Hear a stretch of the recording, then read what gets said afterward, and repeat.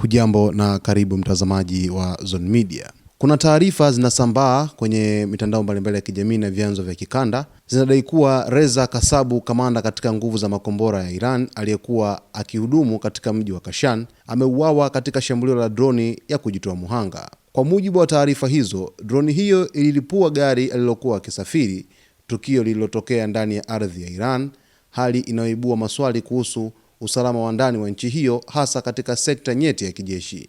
Ripoti zinaeleza kuwa shambulio hilo lilipangwa na kutekelezwa kutoka ndani ya Iran, lakini hadi sasa hakuna kundi wala serikali yoyote iliyojitokeza kudai kuhusika na tukio hilo.